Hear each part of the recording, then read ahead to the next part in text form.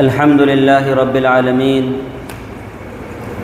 والعاقبة للمتقين والصلاة والسلام على سيد المرسلين سيدنا محمد وآله وصحبه أجمعين، أما بعد، فقد قال الله سبحانه وتعالى في القرآن المجيد: أعوذ بالله من الشيطان الرجيم، بسم الله الرحمن الرحيم. وَعَهِدْنَا إِلَىٰ إِبْرَاهِيمَ وَإِسْمَاعِيلَ أَن طَهِّرَا بَيْتِيَ لِلطَّائِفِينَ وَالْعَاكِفِينَ وَالرُّكَّعِ السُّجُودِ. صدق اللہ العظیم. وقال رسول اللہ صلی اللہ علیہ وسلم: مفتاح الجنة الصلاة ومفتاح الصلاة الطہور. وقال رسول اللہ صلی اللہ علیہ وسلم: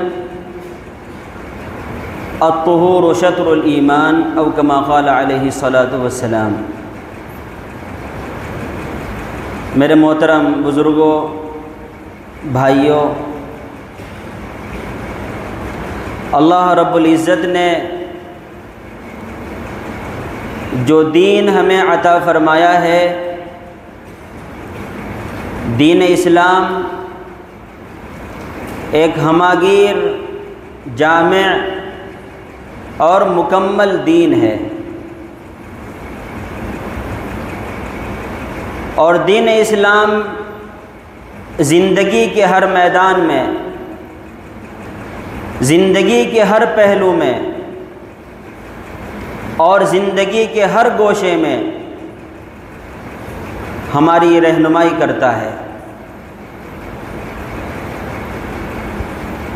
اللہ رب العزت نے قرآن پاک کی اس آیت میں فرمایا، دو نبیوں کو حکم دیا: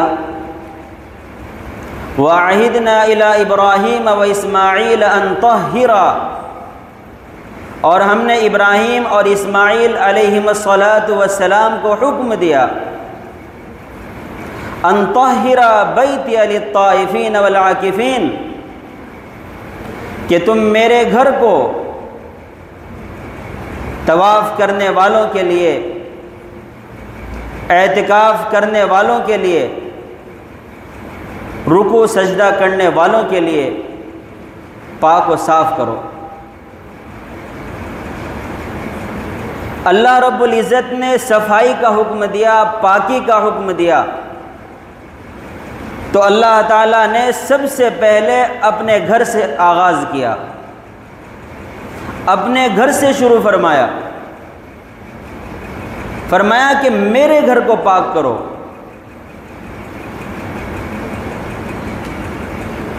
اور اس کا حکم اللہ تعالیٰ نے اپنے دو عظیم نبیوں کو دیا. حضرت ابراہیم علیہ السلام کو، جو ابو الانبیاء علیہم السلام ہیں،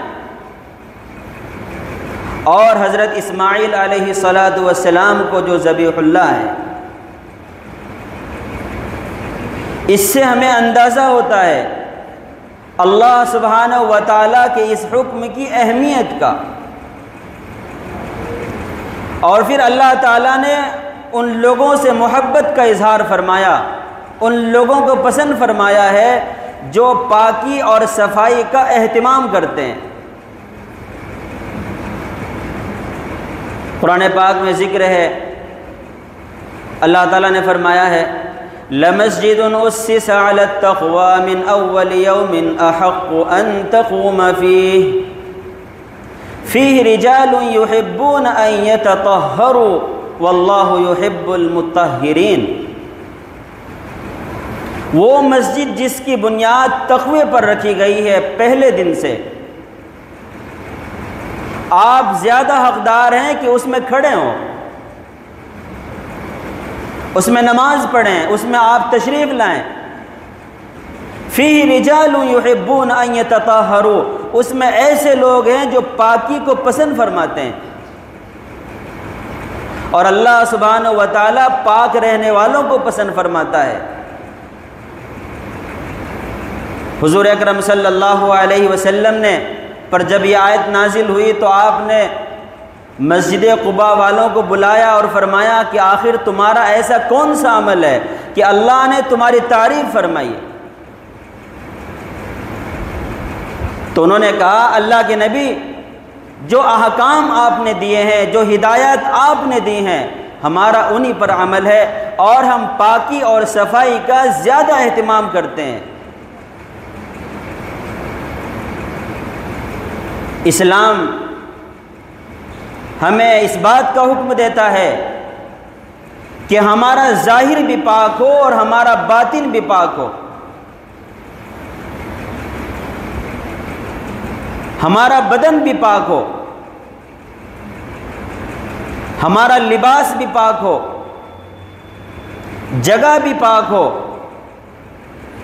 اور سب سے بڑھ کر یہ ہے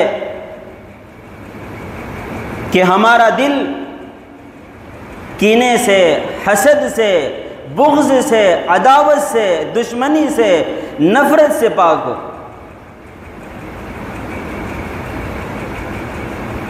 حضور اکرم صلی اللہ علیہ وسلم کو اللہ تعالیٰ نے مبعوث فرمایا تو تقریباً 4000 سال قبل حضرت ابراہیم علیہ السلام نے دعا فرمائی تھی، ربنا وابعث فیہم رسولا منہم یتلو علیہم آیاتہ ویعلمہم الکتاب والحکمہ وَيُزَكِّيهِمْ إِنَّكَ أَنْتَ الْعَزِيزُ الْحَكِيمُ۔ اے ہمارے رب، اے ہمارے پروردگار، ہم میں فرمایا کہ وَبَعَثْ فِيهِمْ رَسُولًا مِّنْهُمْ، کہ ایک امت آنے والی ہے جو سب سے آخری امت ہے، اے اللہ، اے ہمارے پروردگار، تو انہی میں سے ایک پیغمبر کو مبعوث فرمایا یتلو علیہم آیاتی، جو ان کے سامنے قرآن پاک کی آیتیں پڑھ کر سنائیں۔ نبوت کے جو عظیم مقاصد ہیں، ان عظیم مقاصد میں سے 4 مقاصد یہاں پر بیان کیے گئے ہیں جو حضرت ابراہیم علیہ السلام نے جن کی دعا فرمائی تھی۔ اور پہلا مقصد یہ تھا کہ آپ انہیں قرآن پاک پڑھ کر سنائیں، اللہ کا قرآن سنائیں،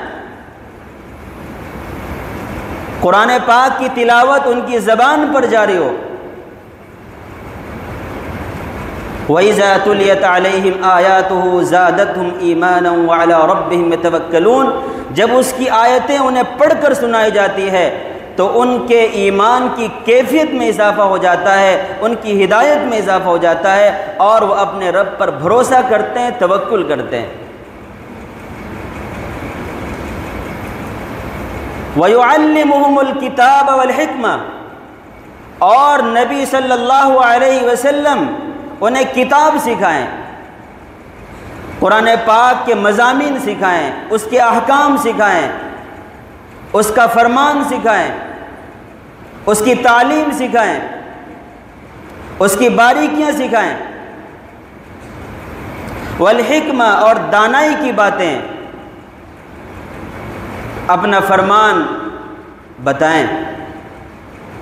وَيُزَكِّيهِمْ، اور نبی صلی اللہ علیہ وسلم ان کا تزکیہ کریں، ان کے دل کو پاک کریں،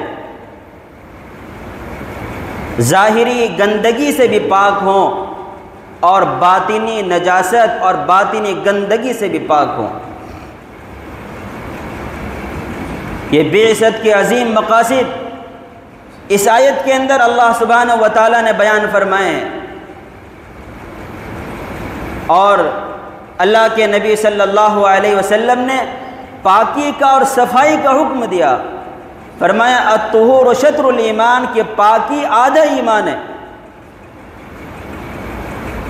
اور ایک حدیث میں اللہ کے نبی صلی اللہ علیہ وسلم نے فرمایا نظفوا افنیتکم، کہ اپنے گھروں کے صحن کو صاف رکھو۔ جس طرح دل کو پاک رکھنا ہے ایسے ہی ظاہر کو پاک رکھنا ہے، اپنے گھروں کو صاف رکھنا ہے، اپنے برتنوں کو صاف رکھنا ہے، اللہ کے گھر کو صاف رکھنا ہے۔ نجاست کی جو جگہیں ہیں وہاں بھی پاکی کا خاص خیال رکھنا ہے۔ اللہ کے نبی صلی اللہ علیہ وسلم نے فرمایا استنزہوا من البول فإن عامة عذاب القبر من، کہ پیشاب سے احتیاط کرو، پیشاب کے معاملے میں احتیاط کرو، عام طور پر عذاب قبر اسی کی وجہ سے ہوگا۔ اور بخاری شریف میں ایک حدیث ہے جس میں یہ ارشاد ہے کہ مر رسول اللہ صلی اللہ علیہ وسلم بقبرین، اللہ کے رسول صلی اللہ علیہ وسلم کا گزر دو قبروں سے ہوا۔ آپ کھڑے ہو گئے، آپ نے فرمایا انہما یعذبان، کہ ان دونوں کو عذاب قبر ہو رہا ہے، وما یعذبان فی کبیر، اور انہیں عذاب قبر کسی بڑی چیز کے بارے میں نہیں ہو رہا ہے جس سے بچنا کوئی مشکل ہو۔ فرمایا اما احدہما فکان یمشی بالنمیمہ، ایک کا معاملہ تو یہ ہے کہ وہ چغل خوری کرتا تھا، ظاہری گندگی میں مبتلا تھا، وَأَمَّا الْآخَرُ فَكَانَ لَا يَسْتَتِرُ مِن بَوْلِهِ، اور جہاں تک دوسرے کا تعلق ہے تو وہ پیشاب کرنے میں احتیاط نہیں کرتا تھا، پیشاب کی چھینٹیں لگ جاتی تھی یا کھڑے کھڑے پیشاب کر لیتا تھا۔